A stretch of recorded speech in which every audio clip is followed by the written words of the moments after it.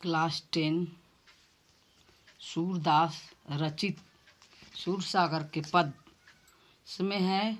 उद्धव तुम हो अति बड़भागी, अपरस रहत स्नेह लगा तय।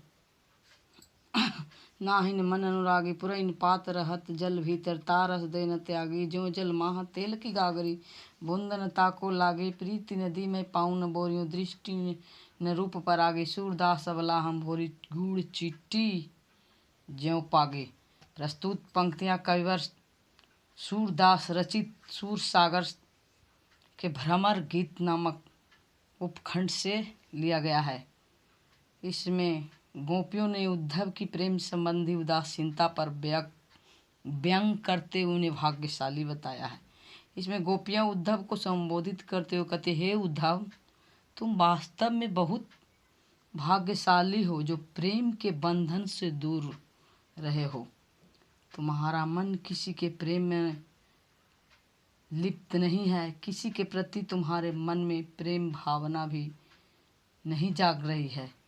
जिस प्रकार कमल के फूल की पत्तियां जल के पास होते हुए भी उससे ऊपर रहती है और जल की एक बूंद भी अपने ऊपर नहीं पड़ने देती, जिस प्रकार तेल की मटकी को जल में डुबाने पर उसके ऊपर जल की एक भी बूंद नहीं रुकती है, उसी प्रकार तुम्हारे ऊपर भी कृष्ण के रूप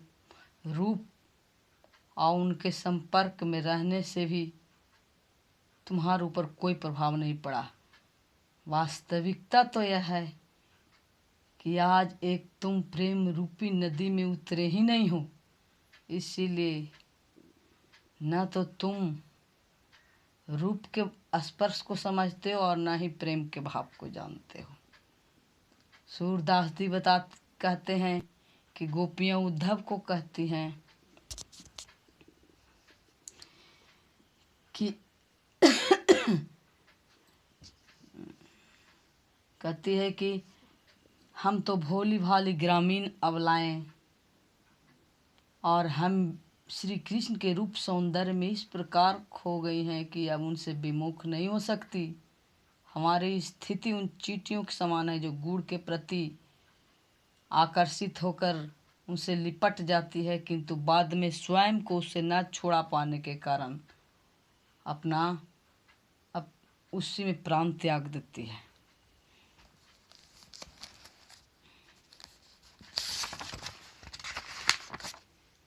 दूसरा है मन की मन ही मांझ रही, कहिए जाय कौन पे उद्धव नाही परत। कही अवधि आधार आशा वन की तन मन बिथा सही। अब इन जोग संदेश सनी सुनी सुनी, बिरहीन बिरह दही।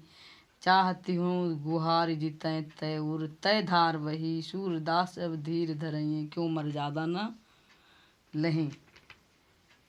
इसमें उद्धव जी कहते हैं, हे उद्धव, कृष्ण से मिलन की अभिलाषा हमारे मन में ही रह गई। हमें यह आशा थी कि शीघ्र ही कृष्ण के दर्शन होंगे। हम चाहती थी कि जिन बातों को न कहना पड़े उन बातों को हम किससे कहें। हम अपने मन की बातें केवल कृष्ण को बताना चाह रही थी, लेकिन उनके न आने पर हम किससे कहें।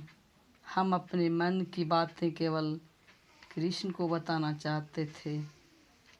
अब किसके सामने हम अपनी इच्छाएं बताएंगे। हर पल कृष्ण के आने की आशा बनी हुई थी, इसीलिए शरीर और मन से हर प्रकार की व्यथा को सहन कर रही थी। हमारा समय इसी आशा के सहारे व्यतीत हो रहा था। कृष्ण से भेंट होंगी।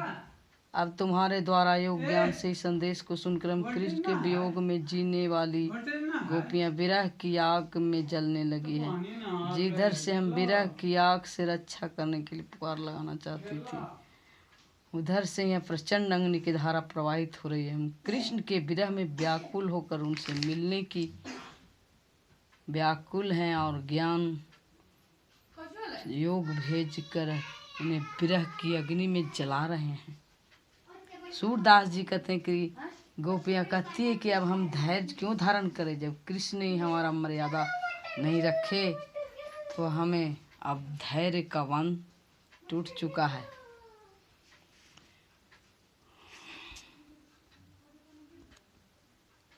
इसमें सरल सह साहित्यिक ब्रजभाषा का प्रयोग हुआ है।